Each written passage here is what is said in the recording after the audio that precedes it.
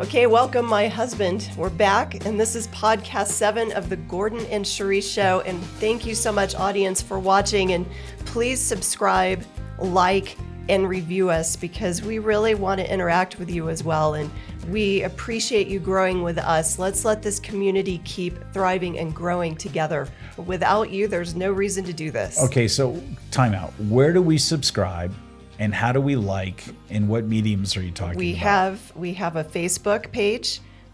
We also have YouTube, Spotify, and Apple. So those are the places where you can like it, you can subscribe. If you subscribe on YouTube, it'll automatically notify you when updates happen.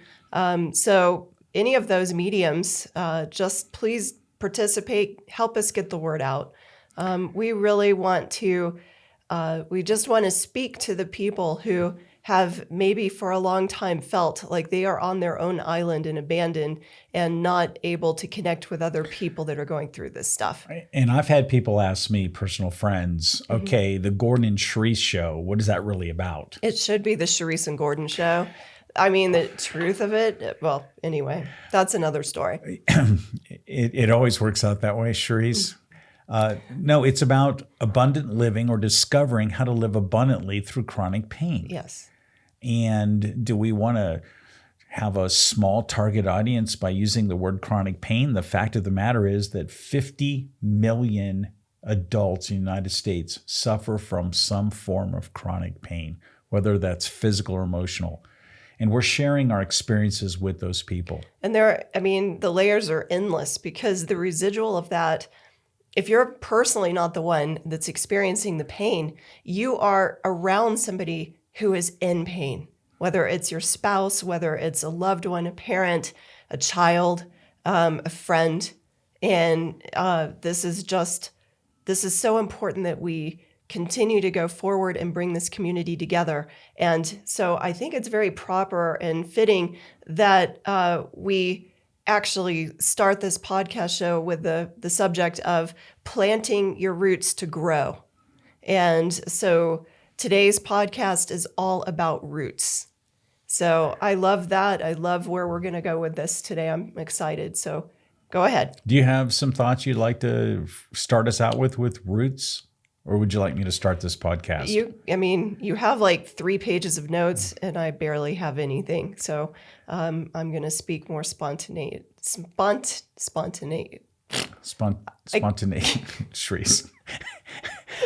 We're planting our roots into the English language right now. Okay. So only part of the word was grown. Spontaneous. Thank you. Yes. Okay. The first question that I have is this. What kind of permission do you actually need to change your life? How many people are looking for permission? We had someone stay at our house who had a death. She's now a widow and a very close friend. And she posed a question to me that really, really got to me.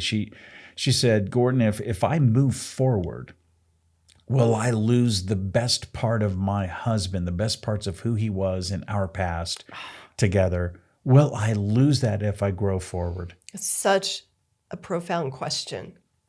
I've never heard anyone actually say that before. And on the last podcast, we talked about the fact that God leaves nothing to waste.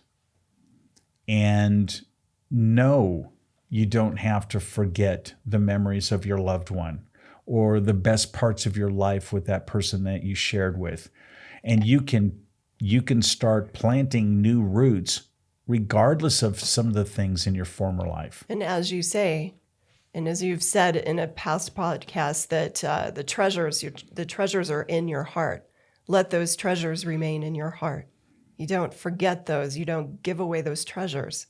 Right. But you have to grow new roots. You have to grow new roots. And the question of permission is this.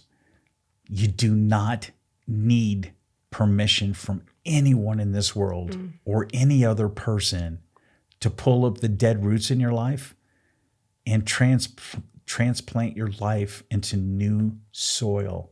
You don't need that. And even if you've lost a spouse, you don't need that permission. Your permission is granted because of the cross. You can move forward. God will help you find the right soil to plant your roots.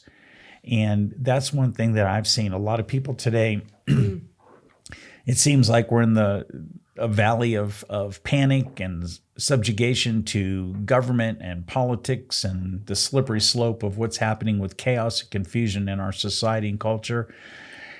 And a lot of times we see people building up larger walls in their heart and larger walls around their life to preserve themselves against the future harm that might come upon them. And they think that that might save them or transform them. And I think it's important to have physical defenses against potential danger, to be sober and alert. But I think it's more important to compare yourself to eternity and seek those things that truly bring life. Where do I plant my roots? How do we do this? So practically speaking, how does that work when somebody is in so much pain? They still have the opportunity to look above eternally. They still have the opportunity. They're alive. They're breathing. They still have the opportunity to plant new roots, no matter how small these might be. We can still plant these roots on sacred ground. So a lot of times it's not about self-preservation. Many times planting our roots moves us into significant living. That's where good. We have a new purpose. We have a new way of thinking and a new way of living. These roots, the question is, who's going to water those roots? Yeah. Are you going to water those roots, Cherise, in our marriage? Is that a question that you want me to answer for everybody? Yes, it is. You actually look scared at this moment. Yes. Cherise, I don't need toxic water. Okay. Well, you're not going to get it unless you say something that's really embarrassing. But no, I personally, I don't have the ability to water those roots and to keep them consistently watered. I feel that the watering comes from the Word of God. I feel like watering comes from the times of quiet, prayerful contemplation that I've had, the times where, one thing I love so much about roots are that roots are hidden. Unless they start, well, sometimes you do see them starting to come up on the sidewalk along our house or something like that. But the truth is they started hidden. They started in a place where you can't see them. They were disguised. And it's only by watering that those roots start growing, even when you can't see it. And I absolutely love that concept, is that so much of our life, when we talked about it the last podcast, there's nothing wasted. It's because there's a whole new system that's growing underground that cannot be seen. You have to trust that that process is happening. And I think watering is a huge, huge thing. We water first by, in my opinion, by the Word of God. We water by, and then what does that do? What does that word do? It transforms us. It turns us, it gives us the new root. I mean, we're not even the root. It gives us the root to plant. It gives us something new that will grow. Absolutely. And we also want those roots planted in the sacred or proper places of our lives. Yeah. Okay? We don't want the roots in between the seams of the sidewalk where they're hard to pull out. That's good. We want them in the rich soil of our lives. So when we first start with this, let's not get all theological and theoretical.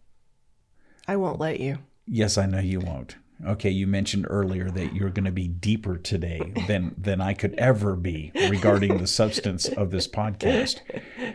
But the truth remains that we start with talking about digging up the roots in our heart first and digging up that fallow ground where we can plant new things, because the roots aren't always good. We can have roots of embitterness in our heart over the pain that we've experienced. We can have roots of confusion because we can't make a choice. We seem to be unable to make decisions the older we get and the more pain. and the amount of multitasking and decisions that come upon us. Can I say along those thoughts? Yes. There's a verse that really ties into that. And when you're talking about the wrong roots, I love what Hebrews 12:15 says in the New Living Translation. It says, "Look after each other so that none of you will miss out on the special favor of God. Watch out that no bitter root of unbelief arises among you, for whenever it springs up, many are corrupted by its poison." And so guess what? There's a bitter root that happens. There's a bitter root when somebody is in pain. There's a bitter root that does have to come out before good roots can be planted. And that bitter root, if it's left undone, what is the final crop? What is the final product? It's actually unbelief. And that's the last thing we need today. And we see apostasy growing wildly, not just within the church, but the people outside of the church that no longer congregate or do anything. They're looking for some place to place the roots. They're looking for a purpose and significance. Even more practically, like just in our daily life, it's so easy to say that I'm in so much pain. How can a good God love me? And all of those things can lead to those bitter roots because you are wildly, wildly loved in your pain. But you got to decide which roots you're going to allow to grow. And it is a choice. And what are the right root systems to replant your life? Well, go How do we for do it. that? Go for it. And some of my favorite verses, I always go back to Jeremiah. And I love the verses in chapter 17 because these roots give us the difference between the wrong places to place our lives and the proper places to place our lives. Thus says the Lord, "Cursed is the man who trusts in mankind and makes flesh his strength, and whose heart turns away from the Lord." In other words, cursed means to bring unhappiness or evil or annoyance to a situation. That person that puts all of their trust in man, in the frailty of humankind, they essentially abandon God's covenant. And God explains that person will be like a bush in the desert and will not see when prosperity comes, but will live in stony wastes in the wilderness, a land of salt without habitation. What kind of root system do we see in a bush? A very shallow one. Very shallow, little to nothing. And that's placing hope in man, in your own strength. You even had your hope in that as a doctor when you were young and at the peak of your career. You had your trust in your strength. I don't know if I would have liked you that much back then. Oh, honey, and this isn't fair, okay? You also have strength in your own ambitions, and definitely you're the first one to ball up your fist and take charge and say, "I will take control over this situation." It's a battle, but all of those times when that rises up, that is a bush. It doesn't have any root. It doesn't have life, and it doesn't anchor things down. But when we do this with our inner man, when we say with our inner man, "Heavenly Father, we're going to put our trust in you." I love the next comparison of these verses. "Blessed is the man who trusts in the Lord and whose trust is the Lord, for he will be like a tree planted by the water that extends its roots by a stream and will not fear when the heat comes, but its leaves will be green, and it will not be anxious in a year of drought, nor cease to yield fruit." So how have we seen in our lives green leaves when it seemed like it was drought and famine, when we're dealing with multivariables such as chronic pain, changes in the economic market, kids going through difficulties? Sometimes we wonder if the kids, their behaviors, are they growing up with what we've taught them? Dealing with the things of social media and kids doing drugs today and all the different things that society is just heaping upon us. How have we seen prosperity in a sense with green leaves that always yield good fruit? a big part of that verse 7 talks about whose trust is in the Lord. And when those roots are planted, and those roots are planted in the spirit of trusting the Lord, it doesn't say to trust man. It doesn't say anywhere in those scriptures or in any scriptures actually to trust man. It's actually taking that step that is so hard to take sometimes, because when you come to the end of your own strength, there's some other strength that's holding you up. And either you deny it and don't acknowledge it, or say, wait a minute, this is a real root. There's something to this. This is going to sustain me. So trusting God and putting that root by the water, how has that practically affected us? Listen, we, just like so many of you that are listening, it's not usually in life 1 or 2 storms. It seems like we have 10 storms happening at once in life. And if we only look at those storms, and if we only had shallow bushes, we would have no landscape in our life. We'd have just a barren desert. But I really believe that it has come from trusting God and even trusting him with your pain through all of it. Trusting him in a fallen market when real estate seemed to be at its peak. And then in 2008, it started changing and it was so abruptly altered. But God sustained us even through the hardest market times. It didn't just start to change. It radically started changing for us in 2007. But where I remember a practical story is that so many times when I was dealing with the worst of chronic pain, we had just moved into a new home. I could barely walk. Mm-hmm. My feet were so swollen. And I knew that what I was dealing with was catastrophic. And I knew it was more significant than what other people were dealing with. And we hired a landscaper. And he needed a down payment at that time of $8,000 before he could start our landscape. That was a lot of money back then. Oh, that was a lot of money for us. It was like all of our money.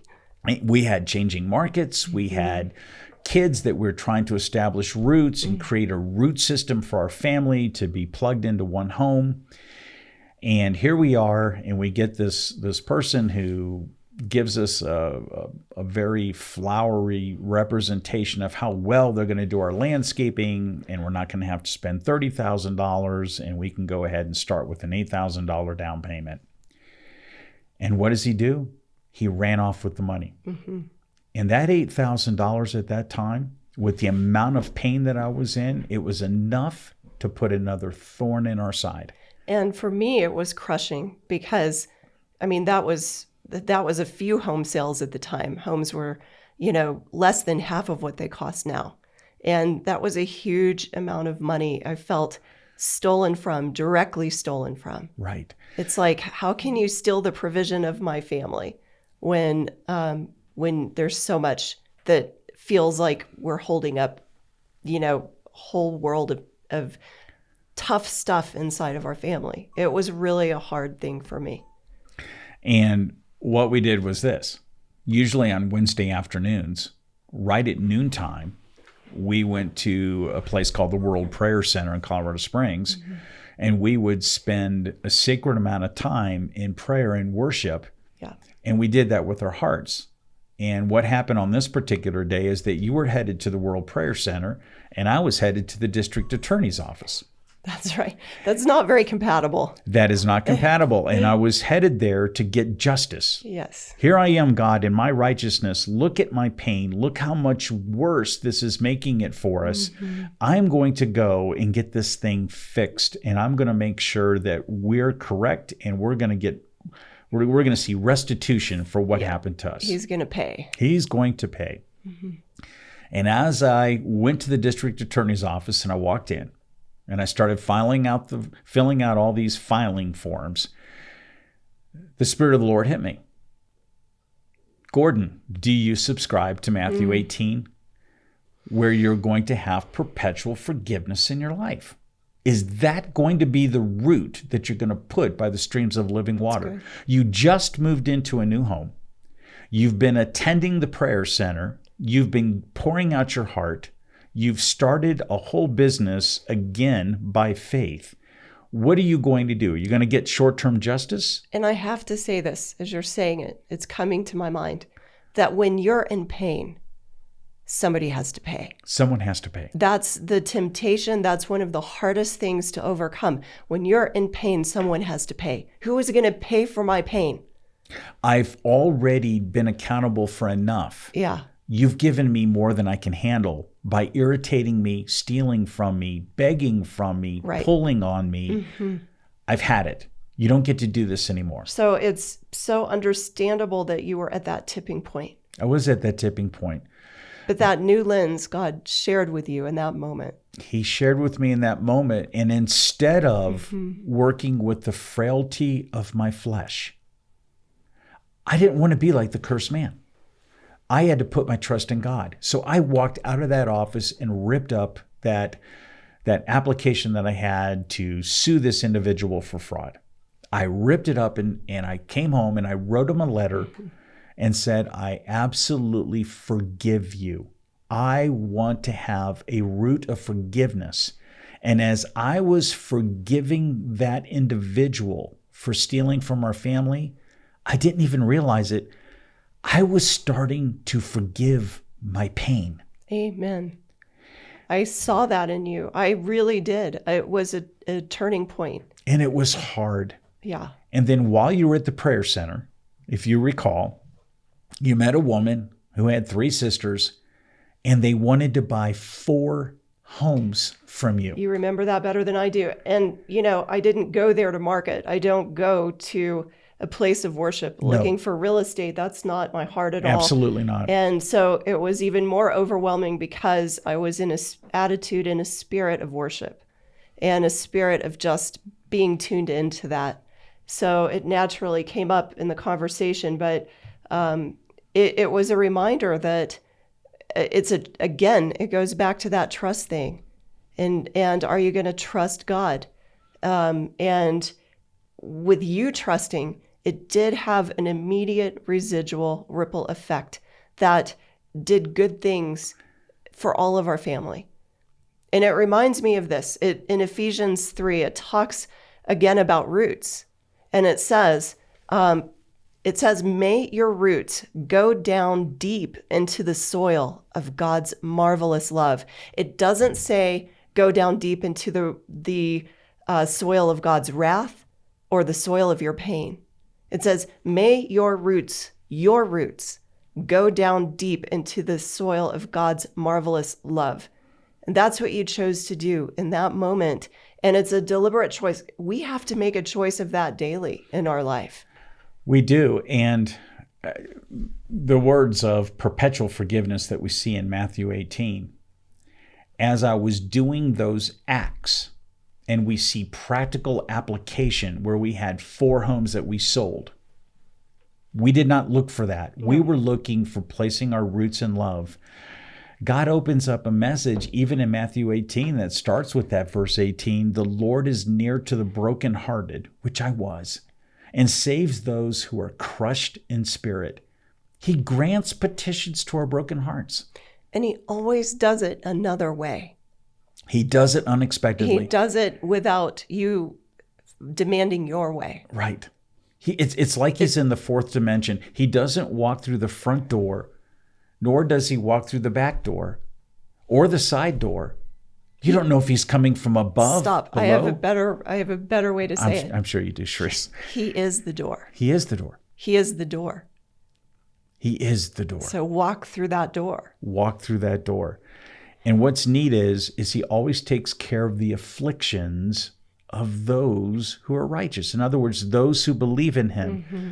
And even for himself, as he was on the cross, none of his bones were broken, which expresses complete protection in spite of cruel opposition. That's so true. And so my bones were not broken from this. My pain got worse because of the bitterness that I was starting to lay in my heart. And I even had to look at the hidden bitterness that I was having towards pain. So can you add to your pain? I mean, can people make their pain worse when it's chronic and it is there? I've witnessed this personally, that yes, It can be made worse by those things, by bitterness, or it can be made better. It's maybe the physical pain itself isn't better, but I'm telling you that what I've observed in you, the mindset shift every time you've chosen to put those roots in the right place, it's been amazing to see the growth that still happens right in the center of your anguish, of what you're going through. And I think the true strength is this. I'm an individual who's OCD, who has a fair amount of intelligence, who's very organized in the sense of with his thoughts. And I've been in the medical legal system as a doctor, and I understand court and these different things. That's not always justice. Exactly. And the strength is this. The strength is not to yield the sword when you think you can. It's not like Peter cutting off the soldier's ear. I have an illustration very practically about that. It's not always justice. Because back to our own yard, when we finally did get it landscaped correctly, when it was finally beautiful, and we've enjoyed that yard since the year 2000. That's a long time to be in a home. It's a long time to actually have roots. But I'll get back to that in a minute, but I think it's so interesting that our very favorite tree, and I have no idea what the name of this tree was. I know that the leaves every fall, this time of year, those leaves were radiant red on this tree. And it was in the very front yard. It was the most prominent tree. It was the most beautiful tree. The nicest tree we had in our yard. When we had planted it, it was already a 20-year-old tree. It would have been a 40-year-old tree by now. And this last year, one of the saddest things, I don't typically just fall in love with landscaping or with things like that, but this tree really kind of spoke to me in a way. It just meant so much to my heart. I would look at it every day. And this last year, the leaves didn't produce on the tree. And it was so depressing. I was so sad about it, and we kept waiting. Both of us were like, well, maybe it was a cold winter. It'll grow back. Something's going to happen. Something is going to happen, and that tree is going to come back. That tree was on the emergency room table for longer than it should have been. It really was. So we called our friend Travis. He is the Travis, you are now officially part of the podcast. He really rescues us in all of these crazy shenanigans that we have happen around our home. So Travis is our arms and legs many times on things that we can't do. He's a gentle giant. So anyway, Travis was there. He brought his truck, and he brought a giant chain, and there he is. I'm looking, and this is so dramatic because let me just back up a bit. He said, the tree is dead. And I was really sad about that. So after processing it, it's like, well, let's get it out as soon as we can get it out. I can't look at this tree being dead for any longer. Let's just get it out. So Travis, with his chain and his truck, is out there, and he is giving that truck full power. And that tree is resisting. It's really hard to get it out. When it finally comes out, and you're right there, and you're like, honey, come here. You've got to see this. Explain what was there. Around the bulb of the tree where the roots were trying to grow, there was an iron cage that was not taken off of the tree when they planted it. That's right. So the tree was imprisoned for almost 20 years of our life in that house. That tree had a root system that couldn't go anywhere but the cage. And it was in a bulb. It was just a small root for such a big tree. I can't even believe it lived that long. Right. It knew that we loved it. I'm sure of it. But I mean, that tree. Plus, when your mother comes over and sings to the tree, that's a whole nother topic. It's precious. She is a gardener in her heart. But I mean, the truth is that tree had no chance because it had the cage around its roots. God has come to uncage our roots. And that good soil is God's marvelous love. And that's the streams of living water. It is. And we've seen those streams pull us out of times of drought. We've been through different real estate market cycles and have done well. Yeah. We've done well with a lot of different trials in our life, not just financial. We've dealt with health trials and changes and everything else. And it's because we know that we've got to keep our roots healthy. We have to let the Lord water those roots, but we also have to be willing to move them and station them in the places that we should. And where we haven't done well, we've had to change that. We've had to dig up those bushes of life. And our time is passing quickly today. I just feel like we're just getting momentum on this topic.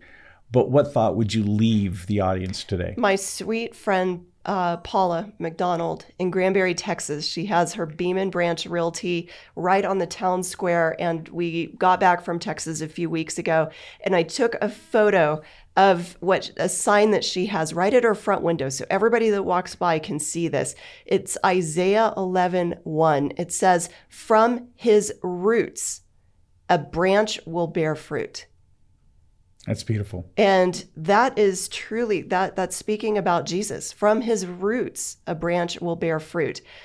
I want to leave the audience with this thought, and this is not my thought. I've heard it in a message before. It says, the roots determine the fruit. Yes. That's what I want to leave people with. That's beautiful. My thought is, if you have the faith as the size of a mustard seed, you can be planted in rich soil to demonstrate great power and make remarkable changes for your life, moving from old to new. Transformation is possible when you plant your roots in the right place. Good. Take the cage off. Take the cage off. Keep growing. This was podcast number 7. That number is supposed to represent completeness and perfection. And in a sense, it's wholeness. And we hope that planting your roots in the right place can help you deal with chronic pain a little more effectively and bring you closer to God. Join us next time. Absolutely. Thank you.